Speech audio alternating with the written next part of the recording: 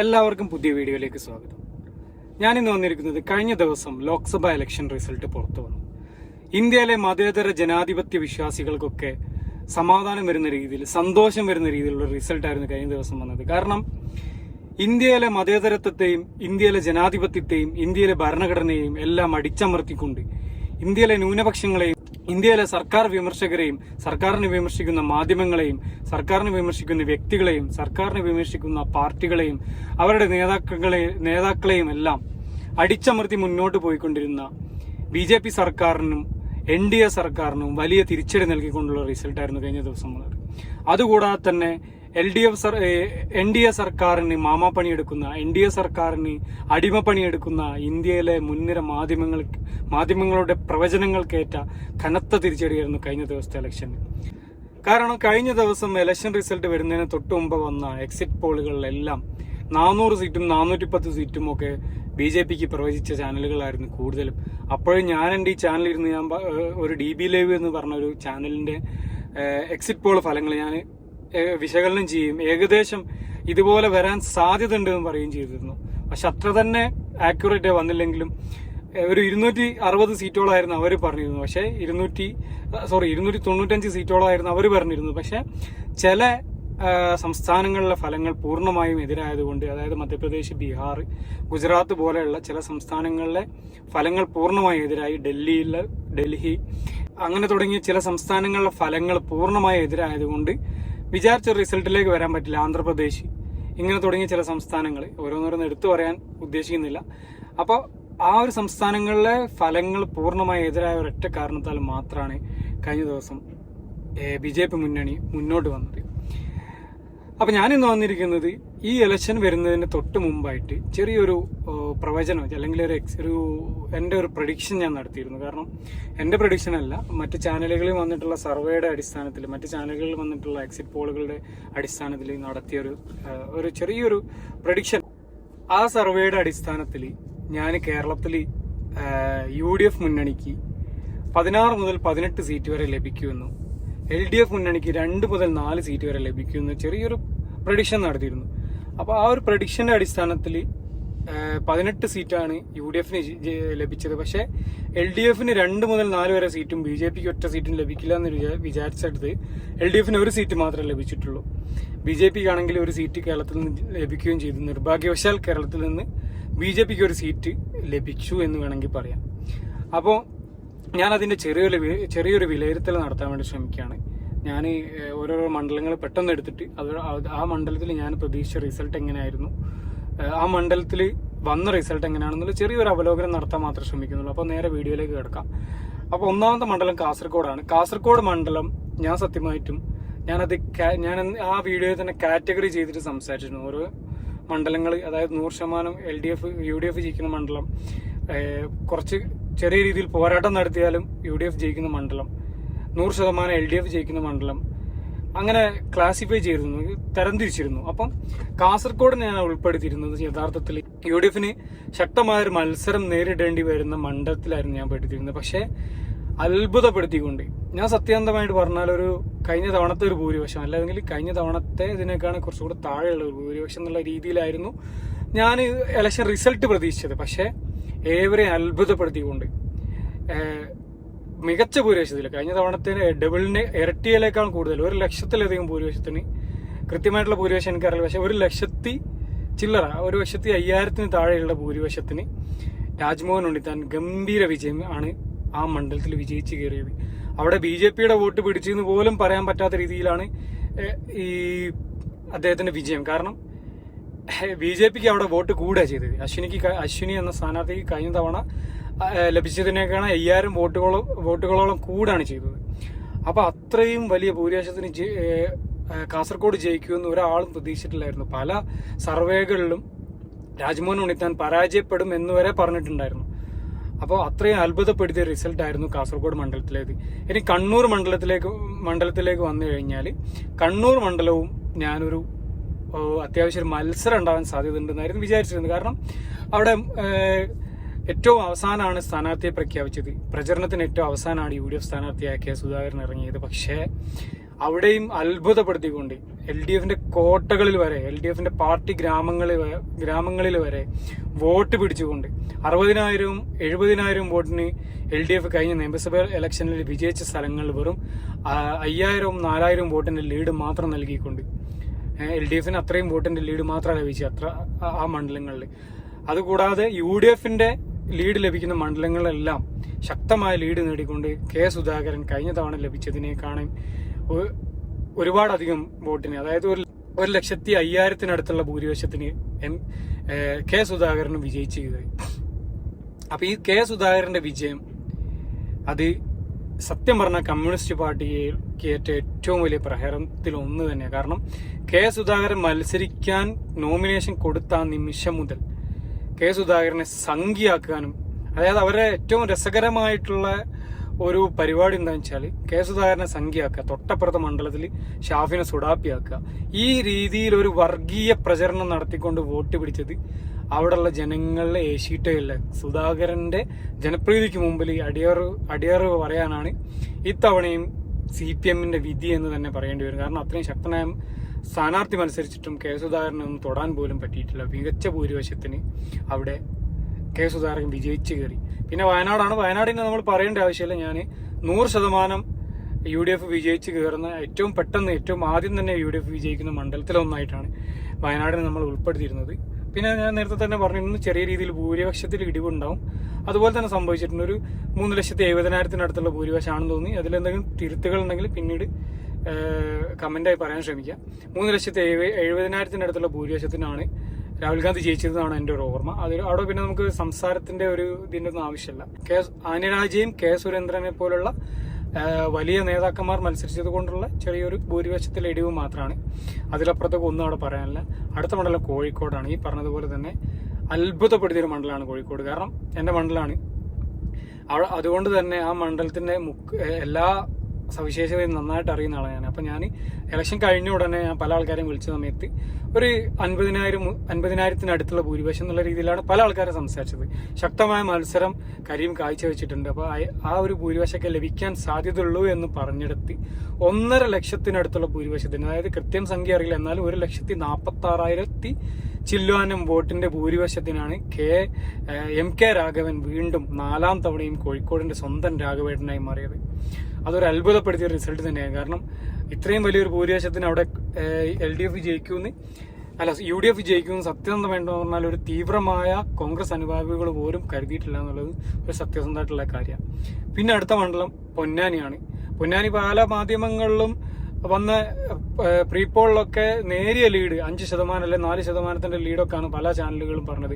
ഞാൻ ആ പൊന്നാനിയുടെ ഒരു ഒപ്പീനിയൻ പോൾ സെപ്പറേറ്റ് ചെയ്ത സമയത്ത് അതിന്റെ താഴെ വന്നിട്ട് പല ആൾക്കാരും കമന്റ് ചെയ്ത് കണ്ടു, പൊന്നാനി നീ വിചാരിച്ചതുപോലല്ല, പൊന്നാനി ജയിക്കുമെന്ന് തന്നെ സംശയിച്ച് നിൽക്കുകയാണ് ലീഗ് നേതാക്കന്മാരെന്നൊക്കെ. അന്നും ഞാൻ പറഞ്ഞിട്ടുണ്ട്, ലീഗിന്റെ വോട്ടടിത്തറയിലൊന്നും വിള്ളൽ വീഴ്ത്താനേ ഒരാൾക്കും സാധിക്കൂല. സമസ്തയും ലീഗും ഒക്കെ ഉള്ള വിഷയങ്ങൾ താൽക്കാലികം മാത്രമാണ്. വോട്ട് ചെയ്യുന്ന സമയത്ത് സമസ്തക്കാരായിട്ടുള്ള ലീഗുകാർ തീർച്ചയായും ലീഗിൽ തന്നെ ചെയ്യും എന്നുള്ളത് ഞാൻ അന്നേ പറഞ്ഞതാണ്. അത് അതുപോലെ തന്നെ സംഭവിച്ചു. 2,37,000 ഭൂരിപക്ഷത്തിൽ അബ്ദുസമദ് സമദാനി ഗംഭീര വിജയം വിജയിച്ചു. ഞാൻ ആ മണ്ഡലം 100% UDF ഉറപ്പായും വിജയിക്കുന്ന മണ്ഡലത്തിലാണ് ഉൾപ്പെടുത്തിയത്. UDF ഏറ്റവും വേഗത്തിൽ വിജയിക്കുന്ന മണ്ഡലത്തിലാണ് ഞാനത് ഉൾപ്പെടുത്തിയിരുന്നത്. അടുത്ത മണ്ഡലം മലപ്പുറമാണ്. മലപ്പുറം ഈ പറഞ്ഞതുപോലെ 100% UDF വിജയിക്കുമെന്ന് ഞാൻ പറഞ്ഞ മണ്ഡലമാണ്. ആർക്കും ഒരു ചാനലുകാർക്കും ഒബ്ജക്ഷൻ ഇല്ലാത്ത മണ്ഡലമാണ്. അവിടെയും വലിയ ഭൂരിപക്ഷം കൂട്ടിയിട്ടുണ്ട്. 3,10,000 വോട്ടിന് 3,15,000 വോട്ടിനെങ്ങാൻ ഭൂരിപക്ഷത്തിനാണ് ET മുഹമ്മദ് ബഷീർ വിജയിച്ച് കയറിയത്. അടുത്ത മണ്ഡലം ആലത്തൂരാണ്. ആലത്തൂർ നിർഭാഗ്യവശാൽ ഞാൻ ആ മണ്ഡലം UDF വിജയിച്ച് കയറുമെന്ന് പ്രതീക്ഷിച്ചൊരു മണ്ഡലമായിരുന്നു. പക്ഷേ നിർഭാഗ്യവശാൽ ആ മണ്ഡലത്തിൽ UDFന് വിജയിച്ച് കയറാൻ സാധിച്ചില്ല. രമ്യ ഹരിദാസ് ചെറിയ ഭൂരിപക്ഷത്തിന് 20,000 ഭൂരിപക്ഷത്തിൽ രമ്യ ഹരിദാസിന് പരാജയം സമ്മതിക്കേണ്ടി വന്നു. ഞാൻ സത്യസന്ധമായി വിചാരിച്ചാൽ ശക്തമായ മത്സരം നടന്നാലും UDF വിജയിച്ച് കയറാൻ സാധ്യതയുണ്ടെന്നായിരുന്നു കരുതിയിരുന്നത്. പക്ഷെ അത് സംഭവിച്ചില്ല. നിർഭാഗ്യവശാൽ രമ്യ ഹരിദാസ് അവിടെ രാധാകൃഷ്ണനോട് തോൽക്കുകയാണ് ചെയ്തത്. അടുത്ത മണ്ഡലം ഇതേപോലെ തന്നെ കേരളത്തിനെ തന്നെ അത്ഭുതപ്പെടുത്തിയ മറ്റൊരു മണ്ഡലമാണ് പാലക്കാട്. പാലക്കാട് റിസൾട്ട് വന്ന സമയം തൊട്ടിട്ട് VK ശ്രീകണ്ഠൻ എന്ന MP ആയ VK ശ്രീകണ്ഠൻ എന്ന കോൺഗ്രസ് നേതാവിനെ സാധാരണക്കാരോട് തോളോട് തോള് ചേർന്ന് നടന്ന് സാധാരണക്കാരുടെ പൾസ് മനസ്സിലാക്കി അവരിൽ ഒരാളായി നിന്നതിന്റെ ഫലം കഴിഞ്ഞ തവണ വെറും 10,000-ന്റെ, അതായത് കേരളത്തിൽ തന്നെ ഏറ്റവും കുറഞ്ഞ ഭൂരിപക്ഷത്തിനായിരുന്നു കഴിഞ്ഞ തവണ VK ശ്രീകണ്ഠൻ വിജയിച്ചു കയറിയത്. ആ മണ്ഡലത്തിൽ ഈ തവണ VK ശ്രീകണ്ഠൻ വിജയിച്ചത് 75,000-ഓളം ഭൂരിപക്ഷത്തിനാണ്. അപ്പൊ അത്രയും വലിയ അത്ഭുതം സംഭവിച്ചൊരു മണ്ഡലമാണ് പാലക്കാട്.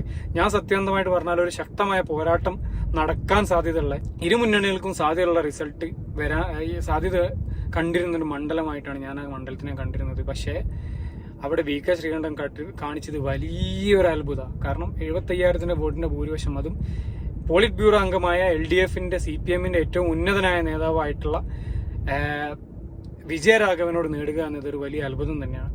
അടുത്ത മണ്ഡലം ചാലക്കുടിയാണ്. ചാലക്കുടി മണ്ഡലം ഞാൻ നേരത്തെ പറഞ്ഞിട്ടുണ്ട്. അവിടെ 2020 ഫാക്ടർ, 2020 എന്ന സ്ഥാനാർത്ഥി, 2020-യുടെ സ്ഥാനാർത്ഥി മത്സരിച്ചില്ല എങ്കിൽ UDF 100% ഏറ്റവും വേഗത്തിൽ വിജയിച്ചു കയറുന്ന മണ്ഡലത്തിലൊന്നായി മാറേണ്ടിയിരുന്ന ഒരു മണ്ഡലമായിരുന്നു ചാലക്കുടിയിൽ നിന്ന് ഞാൻ നേരത്തെ തന്നെ പറഞ്ഞിട്ടുണ്ട്. പക്ഷേ ചെറിയൊരു മത്സരം അവിടെ ഉണ്ടാവുമെന്ന് ഞാൻ പ്രതീക്ഷിച്ചിരുന്നു. അതുകൊണ്ടാണ് ആ മണ്ഡലം UDF വിജയിച്ചാലും മത്സരത്തിന് സാധ്യത ഉണ്ടെന്ന് ഞാൻ ആദ്യമേ പറഞ്ഞത്. പക്ഷേ കാര്യമായ മത്സരമൊന്നും നടന്നിട്ടില്ല. 68,000-നും 70,000-ത്തിനും ഇടയിലുള്ള ഭൂരിപക്ഷം എന്നാണ് എനിക്ക് തോന്നൽ. ഏതായാലും നല്ല ഭൂരിപക്ഷത്തിന് ചാലക്കുടിയിൽ ബെന്നി ബെഹനാൻ വിജയിച്ച് കയറിയിട്ടുണ്ട്. പിന്നെ അടുത്ത മണ്ഡലം തൃശ്ശൂരാണ്. അവിടെയാണ് എൻ്റെ പ്രവചനം മൊത്തം പാളിയത്. ഞാൻ ന്യൂനപക്ഷ വോട്ടുകൾ സുനിൽകുമാറിനോ അല്ലെങ്കിൽ മുരളീധരനോ അനുകൂലമായിട്ട് പോൾ ചെയ്യപ്പെടുമെന്ന് വിചാരിച്ചു. പക്ഷേ എന്തോ പലരുടെയും ജാഗ്രത കുറവാണോ, സർക്കാരിന്റെ കരുവന്നൂർ വിഷയത്തിലും നമ്മുടെ തൃശ്ശൂർ പൂരത്തിലൊക്കെ കാട്ടിയ ജാഗ്രത കുറവാണോ എന്താണെന്നറിയില്ല, സുരേഷ് ഗോപിക്ക് കിട്ടിയ ഒരു അനുകൂല സാഹചര്യം അത് സുരേഷ് ഗോപി നല്ല രീതിയിൽ മുതലെടുത്തു. ന്യൂനപക്ഷ വോട്ടുകൾ, പ്രത്യേകിച്ച് മുസ്ലിം വോട്ടുകൾ മുരളീധരനും അതേപോലെ പിന്നെ നമ്മുടെ സുനിൽകുമാറിനും കൃത്യമായി വീതിക്കപ്പെടുകയും ചെയ്തു. അതോടുകൂടിയിട്ട് സുരേഷ് ഗോപിക്ക് വളരെ വൃത്തിയായി വിജയിക്കാൻ പറ്റുന്ന ഒരു സ്ഥിതിയായി. അതുമാത്രമല്ല, നല്ല രീതിയിൽ ക്രിസ്ത്യൻ വോട്ടുകൾ സുരേഷ് ഗോപി അവിടെ സമാഹരിച്ചിട്ടുണ്ടെന്നുള്ളതാണ് ഉള്ളിൽ നിന്നുള്ള റിപ്പോർട്ടുകൾ വരുന്നത്.